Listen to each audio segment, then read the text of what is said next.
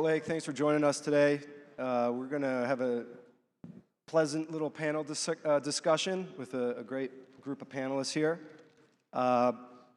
Big thanks to Aaron and Nancy and the whole EBA team for bringing us together again, another great EBA, so kudos to them. Always great to see some familiar faces, get to reconnect, talk shop, and also meet some new faces and continue to advance what we're doing here in this industry with high-performance homes, really look to accelerate high performance, decarbonization, and electrification, and above and beyond. So we're going to do a couple quick intros here. We have a few slides we'll go through, and then we'll open it up to a discussion.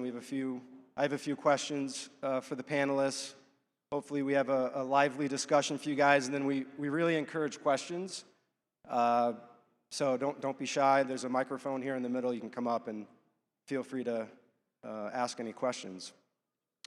So with that, let me get the clicker.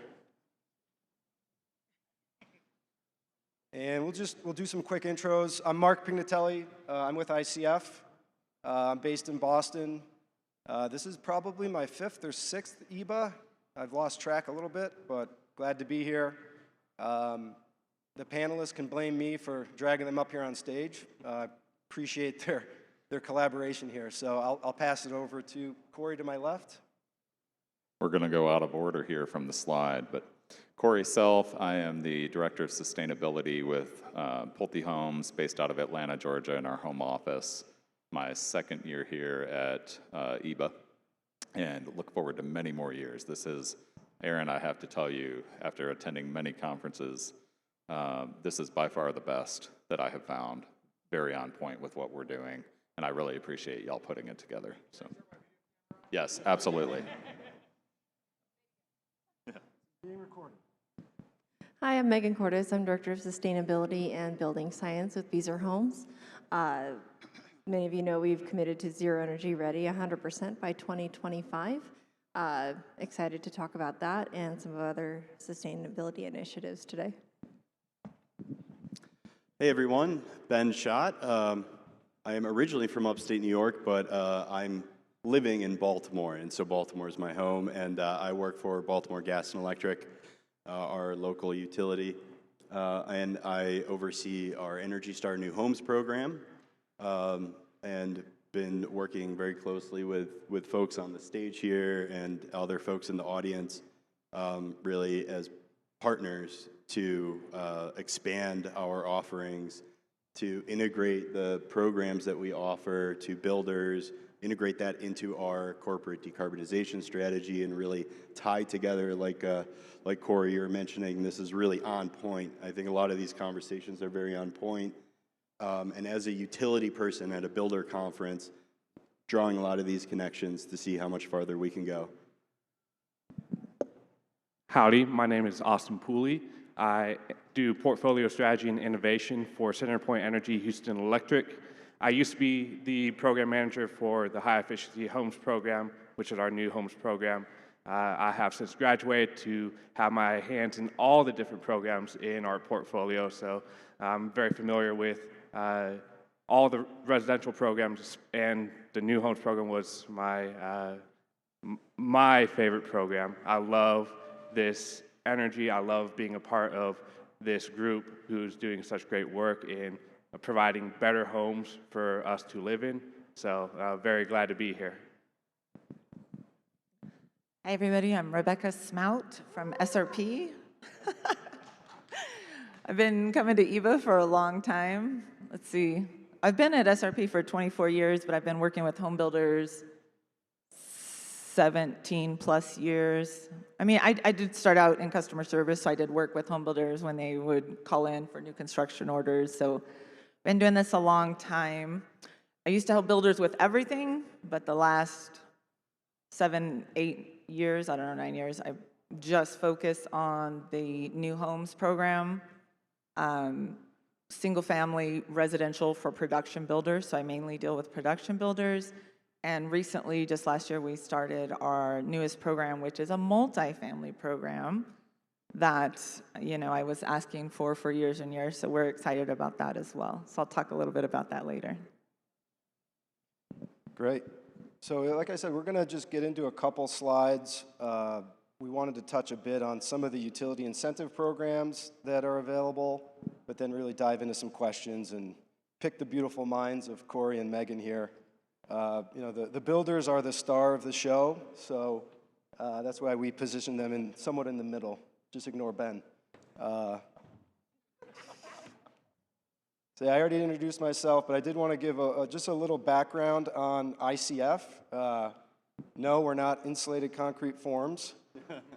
I create forms, but we don't stand for that either.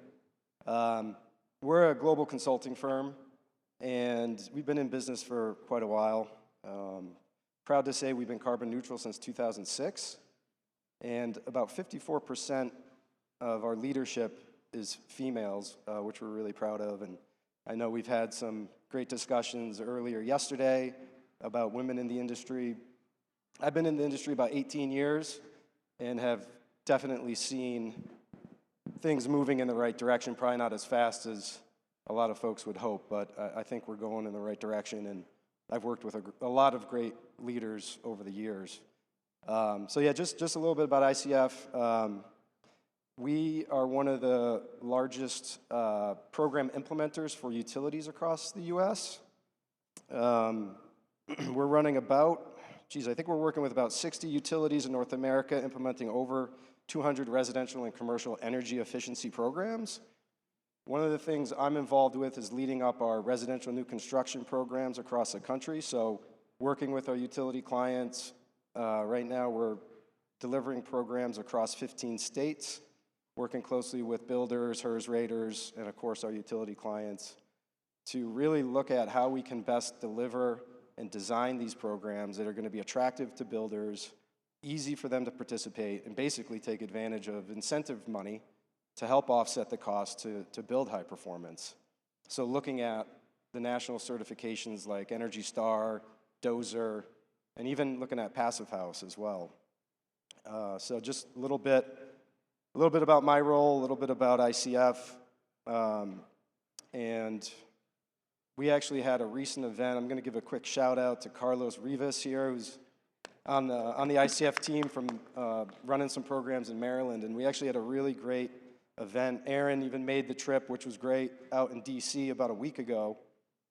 We partnered with some product manufacturers, and thanks to Daikin for hosting out at their training center in DC. And it was just a great time to get people in a room, talk about high performance products in the residential space and how builders can look at leveraging these technologies to further advance their zero energy goals or whatever goals it is to continue high performance. So I'm excited at opportunities like that, and I think we need to try to replicate some of those events in other markets, and I'm looking forward to those discussions with guys like Daikin and RIA and AeroSeal and others. So with that, I'm going to shoot it over to my friend Ben here, who's going to just talk a little bit about his pretty great program. All right, yes, and I'm glad that you mentioned a lot of the folks in the room and my counterpart, my partner in crime, Carlos with ICF, providing incredible support to have the kind of impact on the market that we're intending to have. So I guess this is a longer form version of an intro. So Benjamin shot would be my long form intro. Thank you for laughing, Aaron.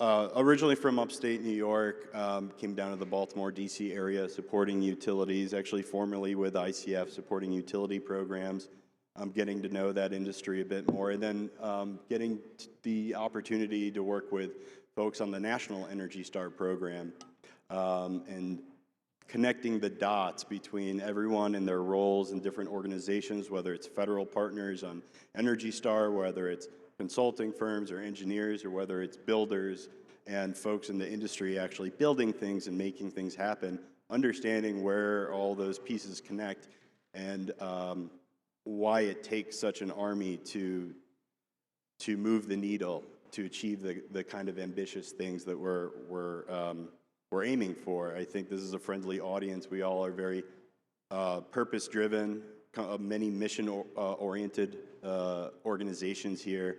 And so I'll have to say over the last 5, 6, 7, 8 years or so, I've really gained an appreciation for the role that these partnerships have in creating the change that we're trying to affect in the market. And so now, on the utility side, getting the opportunity to figure out what our role is. And the clicker does work. Look at that. So, all right, BGE, Maryland's largest electric and gas utility. We have 1.3 million electric customers, about 700,000 gas customers. And I also wanted to throw up on the screen our corporate decarbonization goals. Yes, it's a dual fuel gas and electric utility, but we have very ambitious utility decarbonization goals. And although I don't directly work on that side of the business, it has a direct impact on the work I do. And so I'd like to acknowledge that 50% carbon reduction emissions by 2030 and net zero by 2050. I think the state of Maryland is one of the most aggressive, has one of the most aggressive decarbonization goals across the country. And as a regulated utility, we are very much our places to support the state policy. So the state is very aggressive with this policy, and we're supporting that transition to a clean energy future. All right, so this is what I do, a new homes program. So quick overview of BG&E's Energy Star New Homes program. We've been working with Energy Star for over 14 years. 60 plus builders, a lot of you in this room have participated and are enrolled, and very excited about all of the things that Beazer and Pulte and others are doing across the country and its impact in our market. And so over those 14 plus years, I'm proud to say that we've helped to support the certification of over 300, I was gonna say 300,000 homes. You think we can do 300,000 by mid-century? I think we got it. Show me the money. Yeah. 30,000 homes plus $35 million of incentives that we've paid out to builders for meeting these ambitious voluntary standards for above code construction. And consistently recognized by Energy Star as a market leader for these efforts.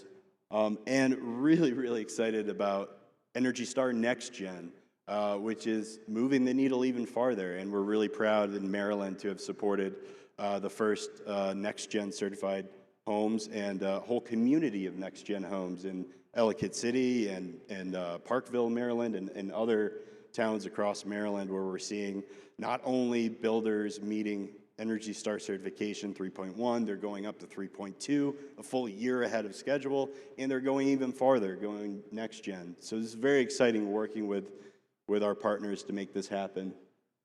These are the incentives. Show me the money. Who said show me the money? Here it is.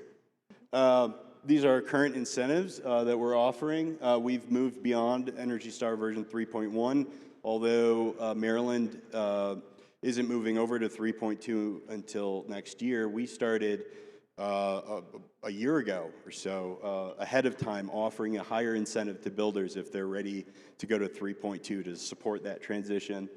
And Next Gen, if you're building a single-family Energy Star Next Gen home, you can expect about $4,000 from BGE.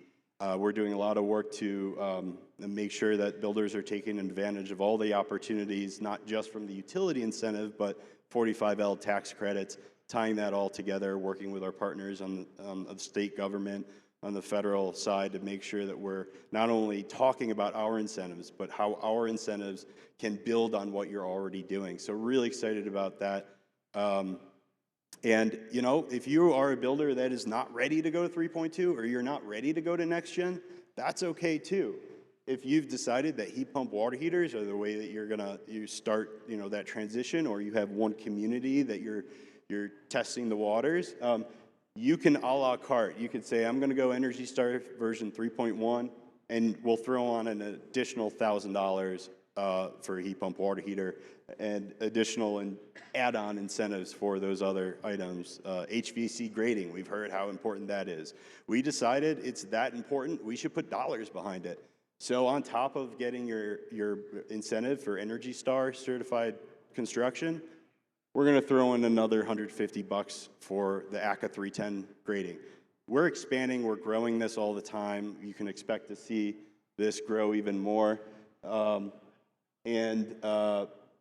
Consistency, reliability, I know I've heard, I've actually came from a small business in Rockville where I did energy audits. We worked with utility programs, and I know the pain and the difficulty sometimes of working with programs that need to get renewed every year, every 3 years. Standards change, requirements change. I just wanted to show that we've been doing this consistently since 2012. I know a little typo there, 5,000 homes a year. I think that's closer to the state of Maryland. BGE, we're seeing about 2,500, close to 3,000 homes a year coming through our program, and we've consistently been paying out about $2-3 million in incentives each year, and we need to grow that. We want to grow that. Just over the next 2 years, 2025 and 2026, we have already set aside over $8 million that we want to support, we want to use directly to support builders to achieve the goals, things you're trying to do. So this is only growing. We're very excited. The history that we have of working with builders, and we're only going up from there. And I'm going to skip this slide because I've already talked way too much. We could come back to it if you want. But it's not just about the money. It's about being there. It's about showing up. That's why we're here. I love coming and chatting with friends here. And Aaron and team came out to came out to DC to support us. One of our training events, which was very exciting. We heard Mark mention that before. But whether it's sales materials, whether it's a one-pager, whether it's working with local media, news outlets, doing builder spotlights, just showing up on site with Carlos and other folks from ICF to help with the details, the technicals, we want to show up. We want to be there and support builders at every step of the way. So Ben, I'm going to jump in real quick here. Please do. Just from the builder perspective, and I'm going to make this open dialogue here among us, but from the builder's perspective, we really need these incentives. We've talked a little bit about the $8 million that you mentioned allocated for the next 2 years. Can you tell people a little bit about where the incentive programs are going with that $8 million? Because I think you've mentioned to us that what the programs that are out there today are what your slides reflect, but there's even greater incentives coming. Yeah, absolutely. That was my intended takeaway from this slide before it turned into this. But the intention behind putting together this slide was to say what we've done to date is based on where these programs originally came from, which is energy savings. And more specifically, not even energy savings, electricity reduction goals based on annual incremental electricity reduction goals that the state has. Each utility has kind of allocated their own goals, and we have to hit those goals. And the $2-3 million a year that we've been providing has allowed us to consistently achieve our goals, our obligations, BGE&E's obligations towards the state's electricity reduction goals. But that is all changing, and it's changing very quickly. You can see the goals were increased, renewed. We were working on goals that were 2% a year. That is now going up to over 3%.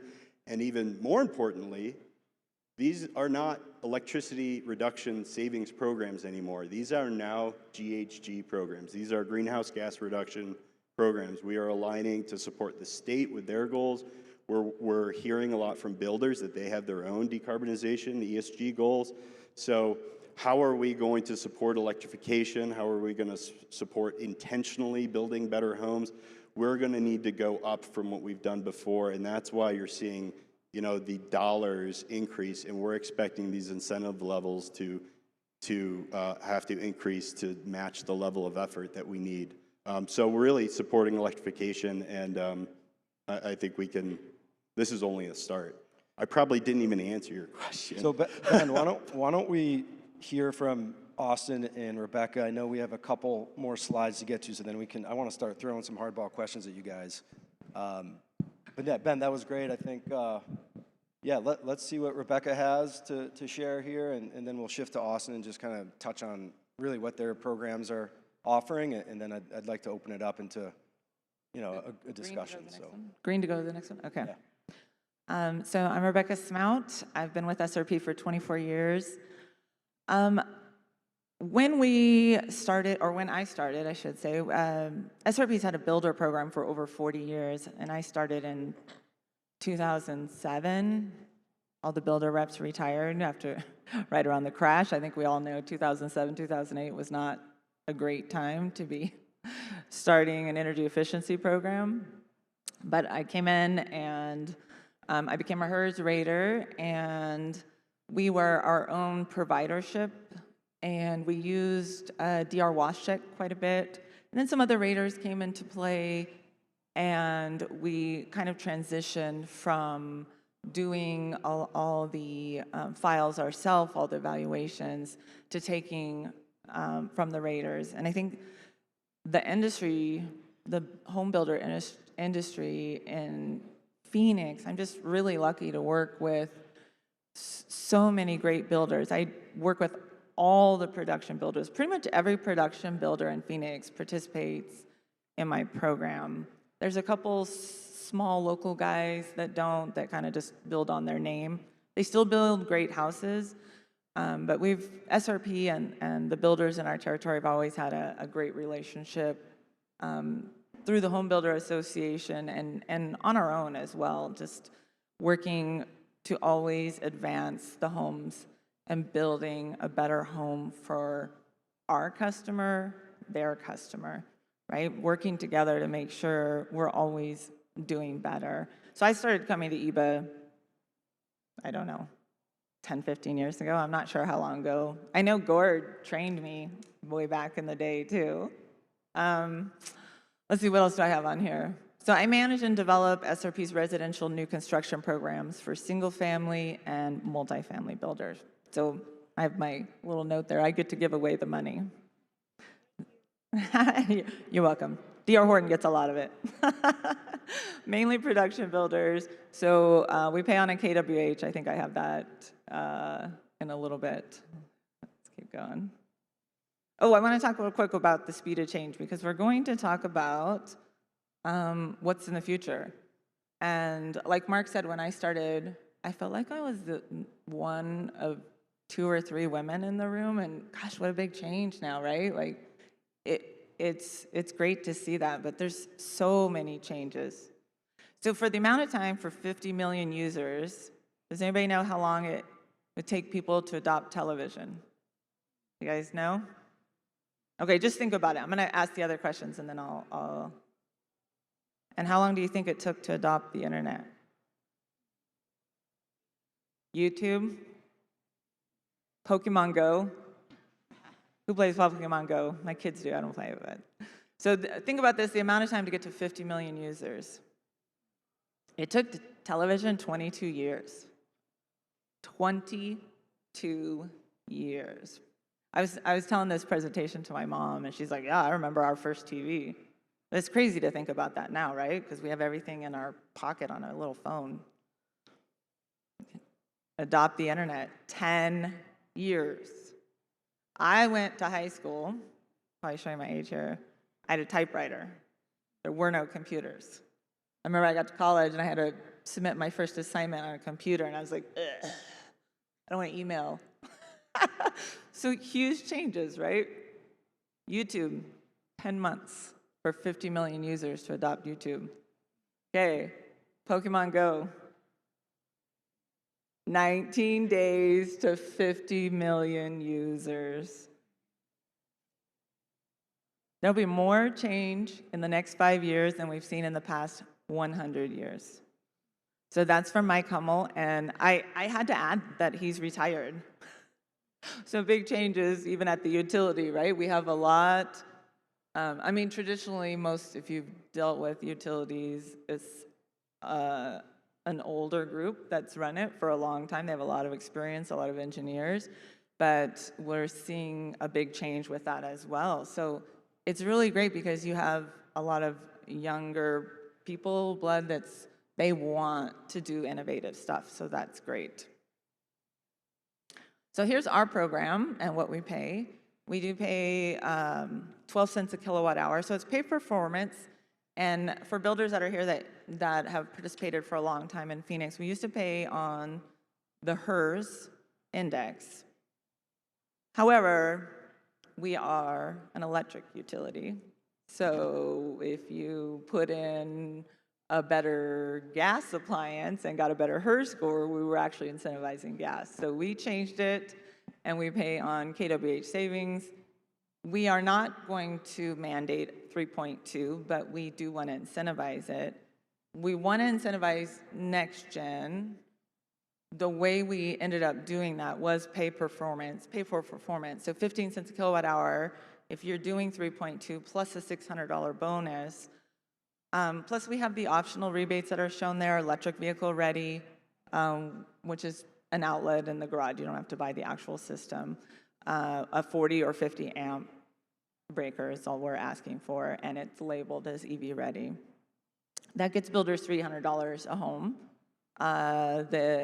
The heat pump water heater, Energy Star certified $400 a home, multi-speed Energy Star heat pump $500 a home. So we have quite a few builders that are looking at it and doing a lot of the options. I think we have, on the other side, it's hard to see with this. And you can get a sample right there of an average 2,200 square foot home of what our incentives would pay out. We're also, like I just said, we started the multifamily residential new construction program, and version 1.1, we pay $300 a unit, 1.2, $400 a unit. We did do a single project community cap of $150,000.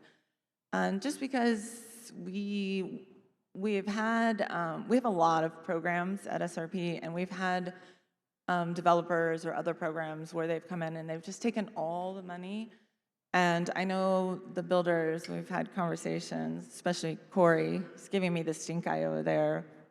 Everybody wants a guarantee that the money will be there, right? I'm sure that's probably going to be one of the questions. Don't ask me that. No, we can try. It's hard, right? It's hard. But this was one way with the multifamily program that we could say, okay, with the $150,000 cap, at least we know if there's multiple projects, one developer that has $1 million project doesn't take all the money. And that's the reason we have that cap on there. Some of the additional SRP requirements, which we have for both residential, single family, and multifamily. I didn't go into all the requirements for the single family, the additional SRP requirements. We've had our own program, I said, for years, for 40-some years, but we became an Energy Star partner in 2012 when Energy Star really became stringent with the envelope of the home. And we felt like that was a good time to partner with them. Energy Star certified Wi-Fi thermostats, builder developer must submit pre-construction application, and that really helps us with budgeting, right? And you can earn extra incentive, $100 a unit, for disadvantaged communities. And here's Austin. Thank you so much. I'm glad I'm going last so I can one-up these two folks here. So I've been with CenterPoint Energy for 6.5 years, all in the energy efficiency department. Worked at NRG before then. Native of Houston, graduated from A&M. I'm currently doing my MBA at Texas. So having both the Aggie Network and the Longhorn Network in the energy field in Texas, going to be a superpower. And a little bit about Texas, because we are unique, as Texas does. So I work for a transmission distribution utility, and it's an IOU. We do not sell electricity, nor do we generate. We are actually prevented from doing either of those. So we only maintain the poles and wires, and we are regulated by the Public Utility Commission of Texas. So the retail electric providers are the ones who have the customer relationship. They're the ones that are selling the power. About 75-ish retail electric providers at any time on the market. And then some of those retail electric providers are owned by generating facility companies like NRG. So NRG has Reliant Energy, Green Mountain Energy, but they also have generating assets as well. So it's a totally different paradigm than most of the rest of the country. So as far as energy efficiency goes, we have a rider in our tariff for these programs. The PUC requires that we offer these programs to provide value for our customers so that we're not overbuilding the transmission distribution assets on the grid. So we want to avoid the cost of new capacity, promote grid reliability, and because of our rules that we operate under, the only thing I really care about is peak demand savings and overall energy savings. So where some of the other utilities here have overarching goals, my only goals are to reduce peak demand and overall demand. And a little bit about our program. So I believe simplicity is key. I've had some discussions with some energy raters about breaking out the Energy Star certified tier into version 3.1 and 3.2, which it sounds like is happening already in other jurisdictions, so we'll probably follow that. But we pay for above code programs as long as the home has been ResNet certified or ResNet rated. And then we have additional incentives for different technologies. So if you're installing high efficiency HVAC or heat pumps or heat pump water heaters, we have if you install the actual electric vehicle service equipment, we have a small incentive for that. Again, I can only pay on what our technical reference manual has in terms of deemed savings, so that limits us to some of the to all the measures you see here, and I can't do some of the cool things like promoting EV-ready houses, things like that. So, and then we do offer solar PV if a home has reached zero energy ready status. We do believe that having a tighter envelope is much more cost effective, so do that first, then we'll reward you with renewable energy sources. And I don't think I have anything here, nope, but as far as one-upping my colleagues here, we incentivized almost 14,000 homes last year, $5.5 million. We have, if all goes well, this will be the 20th consecutive year that we have won Energy Star Partner of the Year. So I'm preparing that application right now. So over the life of the program, we have incentivized more than 200,000 homes, and in our energy efficiency program, we have 47,000 new home starts a year in our territory, and we incentivize 14,000, so we're not even incentivizing half of the homes that are being built in our jurisdiction. And I don't know if y'all were in Gord's session yesterday afternoon, but there's a slide in there about Houston's HERS performance, and we're way behind the curve. So we have a lot of work to do in Houston to promote better building, and we do have plenty of production builders who are doing some really great work, but we have so much opportunity to reach even more of the market in our area. So I'm very excited to be able to try and redesign these programs to continue to move the market forward and capture more of the home builders that are doing great work in our jurisdiction. Great. Well, thanks to Ben and Austin and Rebecca for some of the background. And, you know, it's interesting because we have these great incentive programs, and like Austin alluded to, you know, typically the programs that at least I am involved with, we only see about anywhere from 30 to 40% participation when you look at permit data. You know, so there's a lot of projects that maybe they're not meeting the performance mark, or they're not aware of the program, or whatever it is, there's still a lot of money on the table, I think, for builders to leverage. And at the same time, working with builders, working with utility clients to make sure that money is locked in, right? So there's no surprises down the road, and that you guys can depend on that. So with that, I want to shift gears a little bit. I want to hear from Megan and Corey and throw a couple questions their way, and then others can interject as well. I'd be interested just to hear, actually before I throw this question out, I did want to give a kudos to Beazer Homes, and Brian is here, and Megan and the team. I know you got some accolades last night, and for everyone else that won some awards, so congratulations on that. Yeah. I honestly missed the award ceremony, so it sounded like it was a good time. I would love to hear from maybe Megan, if you want to start, just a little bit about what products are you looking at to incorporate into your homes either now or in the near future that is going to help further electrification. I know you guys are building to zero, hitting the dozer certification, but is there anything out there right now that you guys are kind of prioritizing, whether it's HVAC, whether it's connected devices or what have you? Is there anything you could share on that? No? Sure, yeah. So, we have our commitment to get to 100% zero energy ready by 2025. As Alan mentioned last night at the award ceremony that you missed, sorry, I couldn't help it. Ouch. We're at about 93%. So that last 7% is pretty much closeout communities and just places where it doesn't make sense to do that transition right this moment. So we're pretty much there. And right now we're sort of refining what we're doing, trying to bring our costs down, which is why all of this is so important. In that refinement, I think that we're thinking about, the technologies that will help us just do a better job at what we're doing, because our homes are already pretty awesome. So I think a couple of examples would be inverter-driven HVAC technology.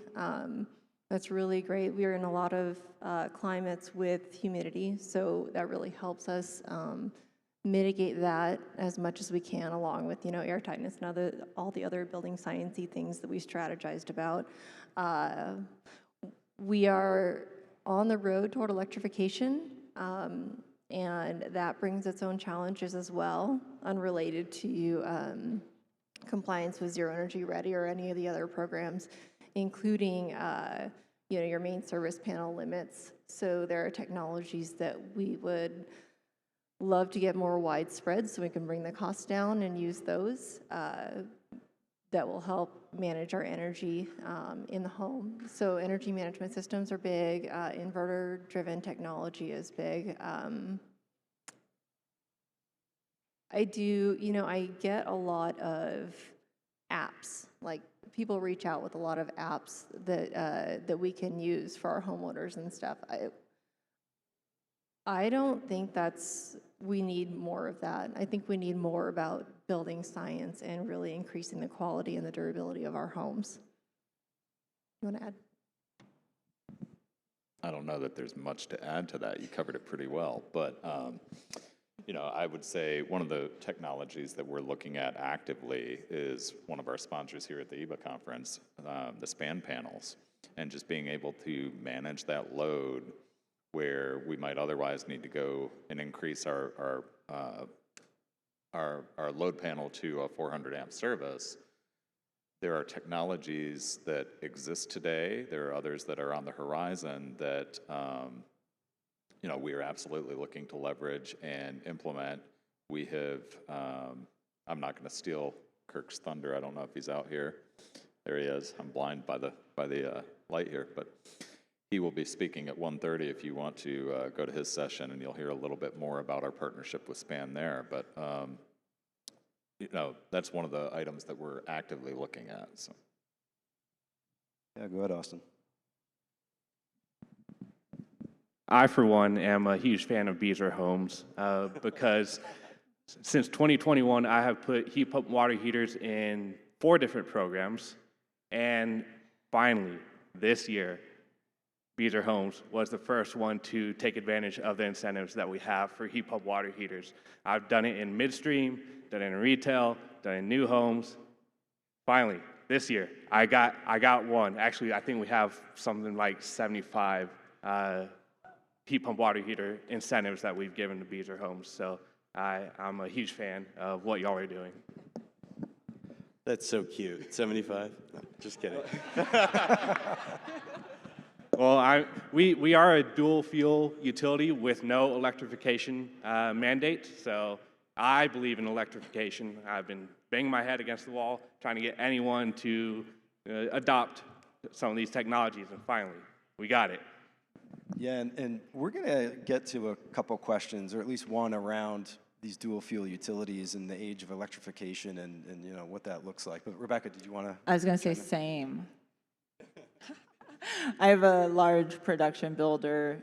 Same thing. We added the heat pump water heater incentive, and Kim Elliott is here from ICF who helps me manage the program. So I don't know if everybody understands the relationship. The utility, I work for the actual utility SRP. We have the program, and then ICF helps us implement it, and they are awesome.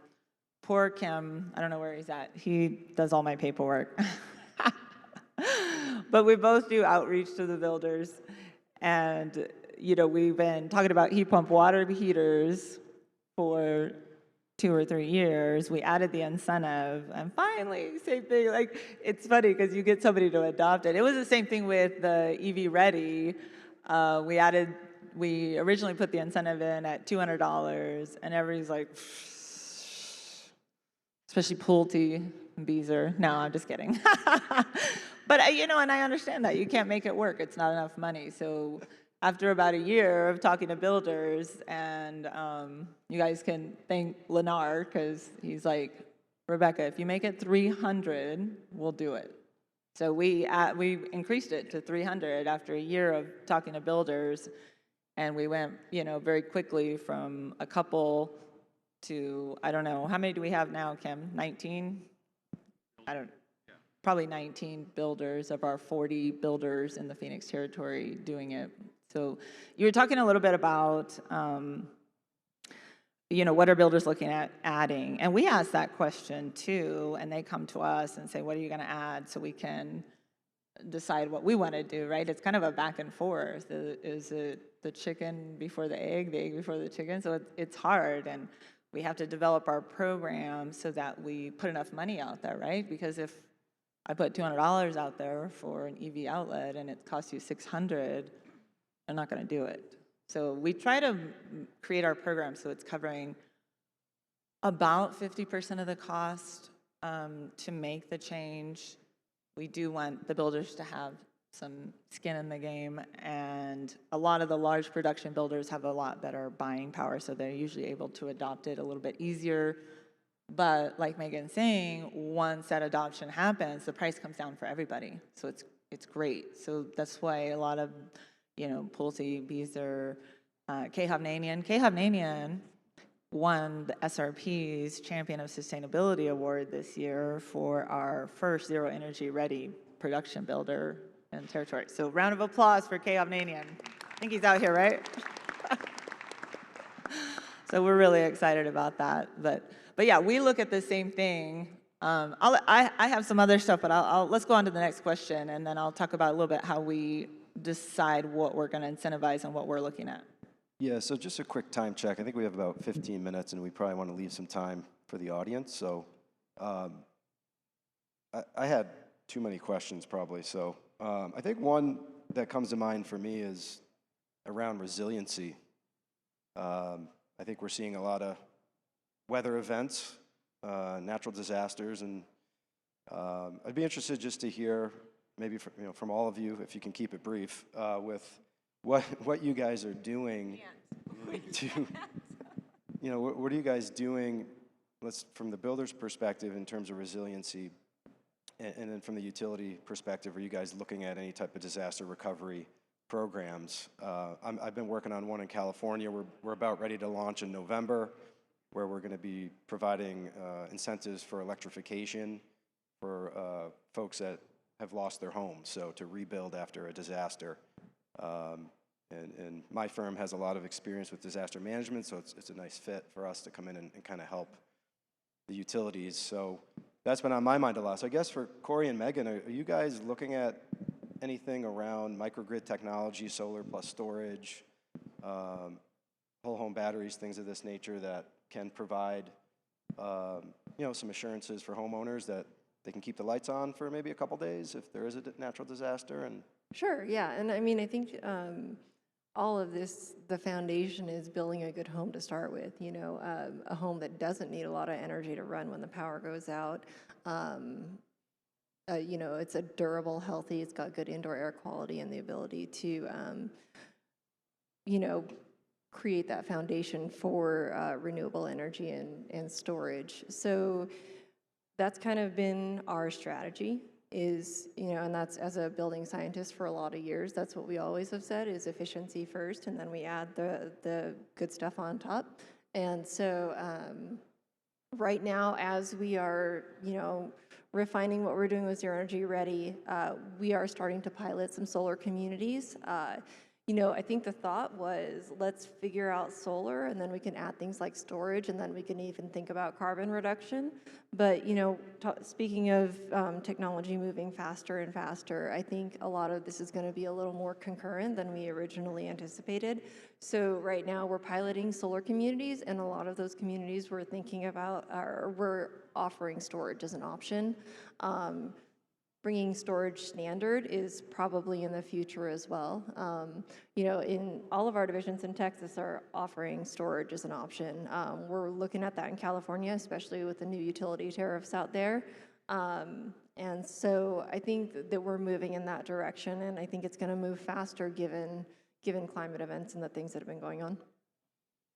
So I'm going to add a little bit to that, when you look at the climate models that are out there, I imagine many of the people in the room here have done so. It's frankly a little frightening to think through. I don't know how accurate they are. Time will tell. But the worst case scenarios that are out there, which are what we model to in our sustainability report as we look at our potential impact from storms coming down the way and just different weather events coming down the way. I think we really need to be planning at a large scale for more resiliency in our homes. And I think the utility companies can actually help a lot with that through their incentives. I'm hopeful that we'll start to see more of a focus on putting in PV and battery backups where, we've done some prototyping with that at Pulte. We have some great firsthand experience where when the power goes out, whether that's a hurricane or what we just saw last week, I guess it was, with just Hurricane Helene coming through, hitting inland areas that are nowhere near the coast with the severity that it did. I think we have some great stories coming out of that to show how a resilient home benefits the homeowners. But we really need that at large scale, need those incentives at large scale. And I'm going to touch as well on, I don't want to harp on this because this is kind of my soapbox, but affordability is key. And when we have approximately 80% of Americans that can't afford the average priced home, this is a problem. And there are incentive programs out there that the utility companies are very focused on trying to drive a specific change. I would really love to see a couple things. One, more focus on resiliency. And two, Rebecca alluded to it because we've talked a lot about it over the last year. But when we go into the planning phase for a home, we need to know that those dollars will be there on the back end. And the first come, first serve mentality that utility companies operate under doesn't always lead to that end result if the funds have been exhausted before you actually close the home. And so one of the things we've talked with everybody on the stage here with and with Mark and his team about is let's lock it in at the point of permit, right? We're building a home in 3 or 4 months. It's not a long lock period, but let's go in and plan for, and every builder here would benefit from this, I believe. Let's plan for these incentives to be locked in when you permit the home. The utility company should know about that. They should know what's coming, and they should be able to allocate those funds to that home, to that project, where we can build it in and plan for it from the beginning and know that those funds will be there. So I'll get off my soapbox. Yeah, Ben, did you want to jump in? A couple things. One, I just thought of the answer to your question you asked 20 minutes ago. It would have been more succinct, but I also have another, this is rare for me, but another succinct response to your question about resiliency, Mark. And there's actually a slide, if you want the partnership slide. My answer to the question about resiliency is being there for each other. Whether it's meeting our energy efficiency goals, whether it's storms, whether it's affordability, we cannot do it alone. That's the one thing that I've learned and continue to learn more as I hear from others is that we can't do it alone and we have to be there for each other. And that is resilient in and of itself. You build those partnerships, and then whether your challenges change, your goals change, the relationships that you build can evolve with that over time. So, and it takes time. You have to build trust, and trust takes a lot of time to build. The answer to your earlier question about dollars being there was $8.8 million budgeted for builder incentives. Our entire energy efficiency and now including electrification portfolio for a 3-year program cycle, we had budgeted, put in front of the commission, and got approval for $1.1 billion. That is dramatically more than we've ever had to put on the table for these programs in the past. So if we see builders really adopting these incentives, if we forecast that we're actually going to need more money, we don't want to close the program early or say, sorry, we'll shift funds. We'll shift funds to meet you where you're at. But partnerships matter. Same. We shift funds. Also, we have a $50 million budget for all of our energy efficiency programs. The new homes program is about $4 million, but we've exceeded our goals, with the help of ICF the last few years.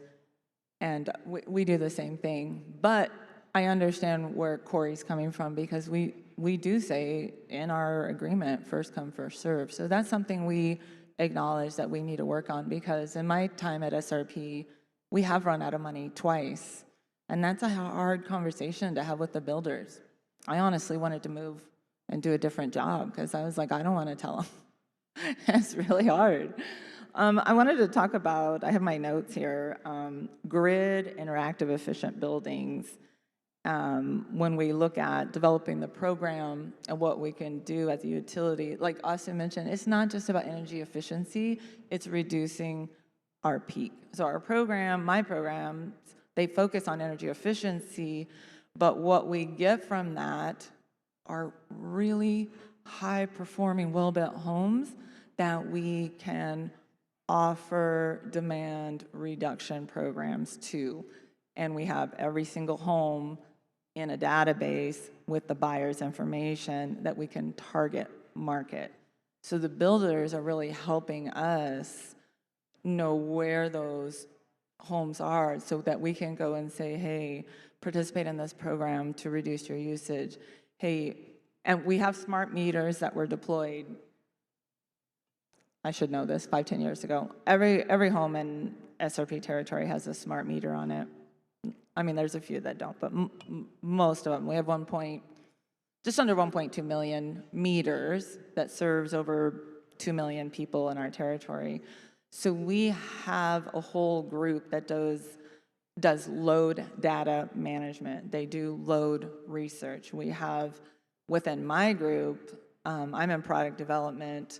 We also have a group that manages all our solar, because that's still really popular in Arizona. And then we have another group that does R&D. So the R&D group really looks at a lot of the new technologies that come out. A lot of these guys are here and say, okay, does this work? Do their claims, are we getting the energy efficiency out of that they're claiming? And if so, let's create an incentive and here, Rebecca, go sell it to the builders. So that's kind of how we work inside the utility. We also have another group that works with EPRI to do a lot of the research, and they help us quite a bit. And then we work with a lot of the manufacturers because we need to integrate with them, right? We need to make sure it works the way that it's going to help us not just save energy, but reduce peak demand. And we're really looking into homes that can be designed with intelligent technologies that enable automatic load shifting. That would be great. Automatic load shifting that can respond to real-time grid signals, innovations with smart thermostats, energy management systems, adaptive lighting, systems that align with our utility demand response programs. So that's really what we're looking at. I don't have anything specific to say, hey, this or this is what we're going to incentivize. I mean, the utilities are massive organizations, so we each have our part, and then we get together and decide how to implement it, but we run a little slower than probably the builders. Part of what we do is to make sure that the programs we run, we get are cost effective, right? We're paying for that savings. We want to make sure they're cost effective. We work with ICF to make sure that happens. We also work with Guidehouse, who is an evaluator, and we have an internal measurement and evaluation team. And the reason I mentioned Guidehouse is because we pay them to evaluate and do interviews with builders, and sometimes the builders don't answer our questions. So it's hard to develop and make changes.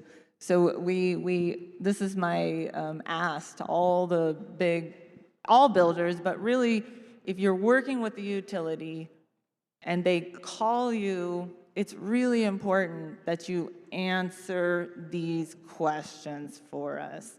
Because then we have these really, really smart guys that are getting MBAs or whatever, and they're gonna go back out and make those changes, and they're gonna come to me and say, Rebecca, we discovered what you should do. You should go do this. And then I'll go sell it to the builders. But I need to know that information and what's hard for you and why you can't do it. So I really encourage all the builders to work with our Guidehouse representatives when they call. So Rebecca, that's probably a good segue to see if we have any questions from the audience, because we are almost running out of time. We could keep talking up here, as you could probably tell. Maybe we'll just stick around until they kick us off the stage. But do we have any questions from the audience that someone wants to come up to the microphone? If not, we can, maybe I can toss around another question. All right, we got a brave soul. Hi, thanks for the presentation from all of you. Based on actually this slide, the speed of change slide, I'm curious to know everyone's thoughts, especially the builder's thoughts, on how long does it take a builder to go from building to code to, say, zero energy ready? After they're, like how many homes do you think it takes? Or, after they've tried their first one and there's the right incentives in place, because there's so many moving parts, obviously, with so many different contractors and trades, but do you have any sense of, from your experience in the building industry, how long it takes? So I will say Pulte is a very slow-moving ship, and we're building 31,000 homes a year.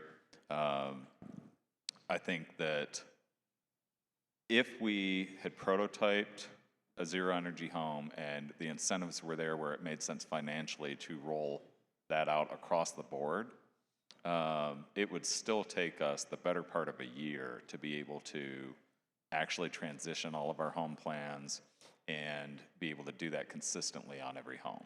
We set a goal in January of 23, so almost 2 years ago now, to build 100% of our homes to Energy Star 3.1, and we still have a few of our 33 divisions that have yet to qualify a single home to Energy Star 3.1. The impetus behind that was not the tax credit. The impetus was to get out ahead of the code changes that we saw coming.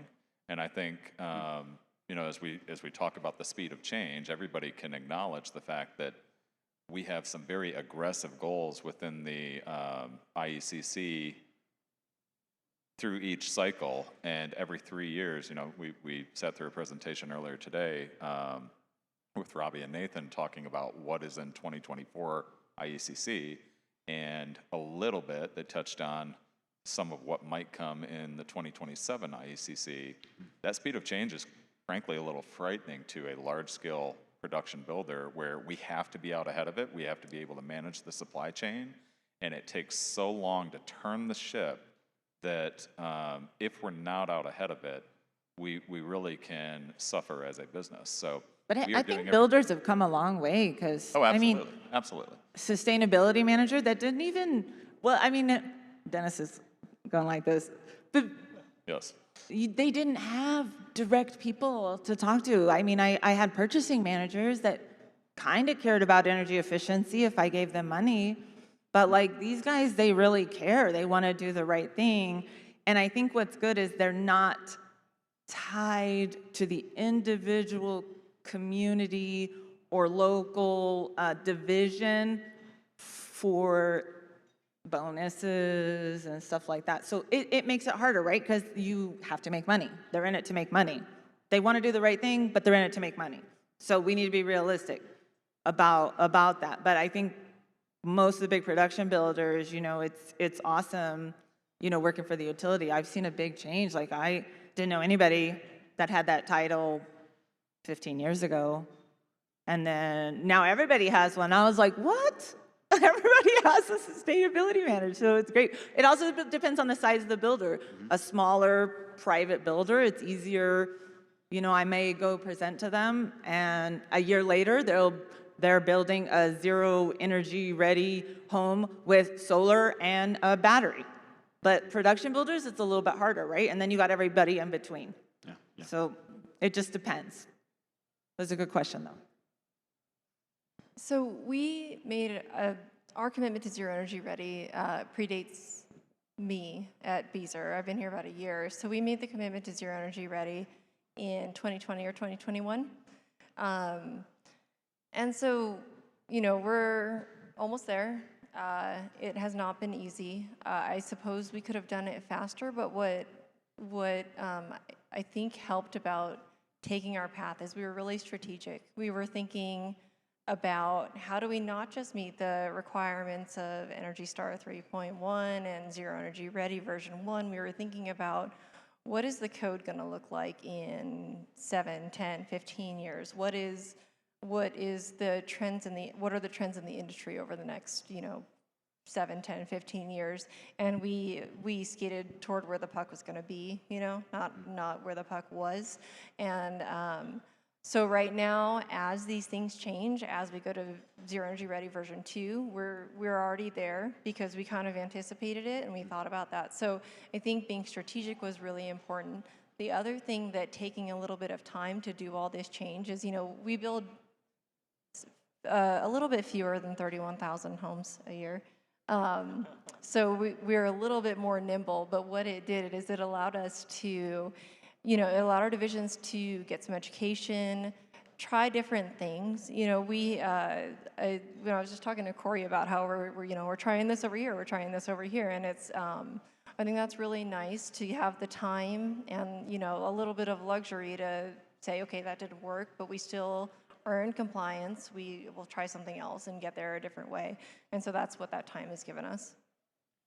Thank you. Great. Well, it looks like we're between everybody and lunch right now. Yeah. Any last questions? I want to thank the panelists. Yeah, great conversation. Appreciate you guys today. Thanks for hanging in a little bit longer. I know we went over a few minutes, but yeah, thanks for joining us. Hope you have a great rest of the day here at EBA, and feel free if you have follow-up questions, we'll hang around. Feel free to use the speed of change slide. I think it's fun. I stole it from somebody else, honestly, at SRP in their presentation. But I mean, it's good to think about how fast the world is changing, and you know, we all have to be ready for it, and it's fun to be a part of it. So, thanks, Mark. Thanks, everybody.